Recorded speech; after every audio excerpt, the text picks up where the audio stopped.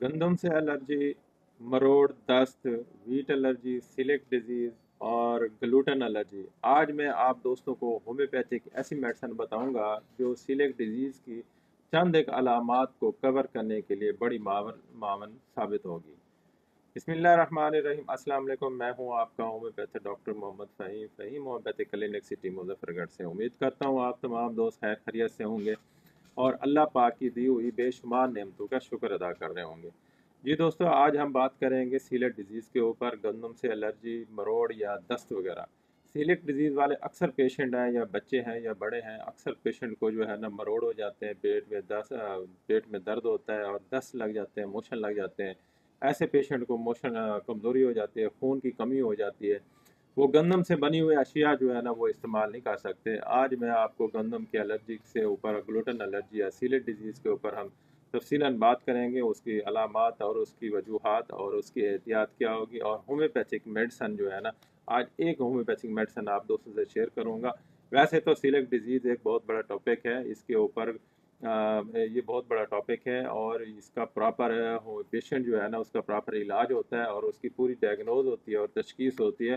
खुदा न खास्ता अगर आपका कोई पेशेंट है, आपका कोई बच्चा है या कोई बड़ा है, मेल है या फीमेल है, तो आप अपने करीबी होम्योपैथ डॉक्टर से या अच्छे आपका मुस्तनद होम्यो फैमिली डॉक्टर है, उससे मशवरा करके अपना प्रॉपर इलाज कराएंगे तो फिर उनका मसला सीलिक डिजीज़ का जो है ना वो ठीक होगा। तो ये एक बहुत अच्छी मालूमाती वीडियो है होम्योपैथ डॉक्टर्स के लिए और होम्योपैथ स्टूडेंट के लिए बहुत ही मालूमाती वीडियो है। चलें शुरू करते हैं। गंदम से एलर्जी या ग्लूटेन एलर्जी या सीलिक डिजीज़। बाज़ लोगों को गंदम या ग्लूटेन वाली ग़िज़ाएँ खाने से जिस्म में मुख्तलिफ जो है ना मसाइल जो है ना वो पैदा होते हैं। इसमें गंदम में मौजूद ग्लूटेन बाज़ अफराद के मैदे और आंतों को मुतासर करते हैं, जिससे पेशेंट को मरोड़, दस्त, कमज़ोरी और एलर्जी जैसे अलामात ज़ाहिर हो सकती हैं।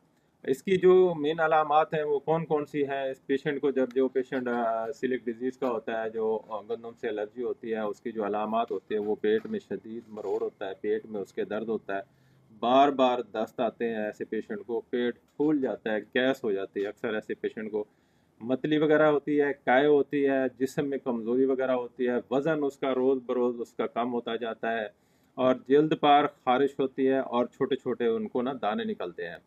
बच्चों की नशोनुमा जो होती है ना वो कम होती है, नशोनुमा में कमी आती है। अक्सर जो बच्चे, ज़्यादातर मैंने अक्सर देखे हैं पेशेंट जो सीलिक डिजीज़ होते हैं वो बच्चे होते हैं, बड़ों में भी होते हैं, मेल और फीमेल में भी ये डिजीज़ अक्सर देखने को मिली है।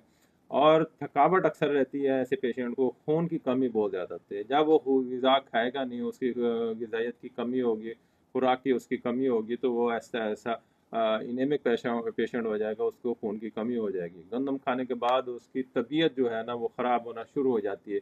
ये थी चंद जो है ना अलामात जो मैंने आप दोस्तों से शेयर की है।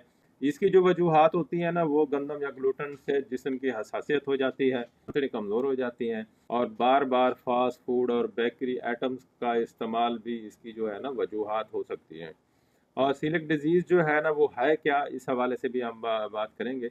सीलिक डिजीज़ एक ऐसी बीमारी है जिसमें ग्लूटेन खाने से छोटी आंत मुतासर होती है। ये बीमारी अक्सर लंबे अरसे तक रहे तो जिस्म में ग़िज़ाई कमी, कमज़ोरी और वज़न में कमी पैदा हो जाती है। और इसकी जो एहतियात है वो चंद एक एहतियात हैं वो पेशेंट के लिए लाजमी करनी चाहिए। जैसे गंदम है या मैदा है, बेकरी आइटम्स हैं, फास्ट फूड है, इनसे भी जो है ना वो परहेज़ लाजमी है। ग्लूटेन फ्री जो ग़िज़ाएँ हैं ना वो इस्तेमाल करानी चाहिए। ताज़ा सब्ज़ियाँ, फल और चावल ज़्यादा इस्तेमाल करें और डॉक्टर के मशवरे से जो है ना ये टेस्ट वगैरह भी कराएँ और उससे जो है ना टेस्ट से पता चल जाता है कि वाक़ई ये पेशेंट जो है ना सीलिक डिजीज़ का है या नहीं है।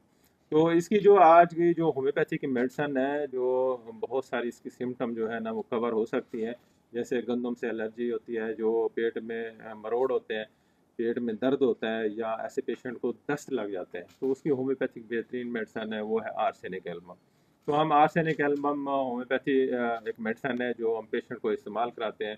अल्हम्दुलिल्लाह उससे ना पेशेंट में रिलीफ होता है, उसमें जो सिम्पटम होते हैं ना वो कमी आती है। तो ये होम्योपैथी की मेडिसिन बेहतरीन है।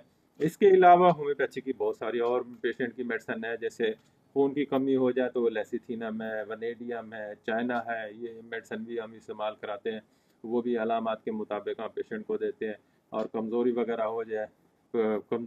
हो जाए اور مسائل ہوں تو اور بھی بہت ساری سمٹم علامات کے مطابق ہم اس کی جو ہے نا میڈیسن استعمال کراتے ہیں. جیسے جسم پہ خارش ہو جائے، دانے ہو جائیں تو گرے فیٹس بہت اچھی میڈیسن ہے. اگر وزن کم ہو رہا ہو پیشنٹ کی تو اس کی تو ہم میڈیسن دیتے ہیں. اگر بچوں کی نشو و نما نہ ہو رہی ہے، اس کی گروتھ نہ ہو رہی ہے، قد نہ بڑھ رہا ہو تو پھر بریٹا کار بہت اچھی میڈیسن ہے. تو خون کی کمی ہو تو خون کی کمی کے لیے میڈیسن دیتے ہیں. اگر اس کا پیٹ پھولا رہتا ہے، گیس وغیرہ رہتا ہے، ٹھیک ہے، جو ہر ٹائم اس کو چکر آتے ہیں، بھوک نہیں لگتی، تو لیکوپوڈیم بہت اچھی میڈیسن ہے. اس کو چیلیڈونیم بہت اچھی میڈیسن. تو اس طرح ہم علامات کے مطابق چند ایک میڈیسن استعمال کراتے ہیں.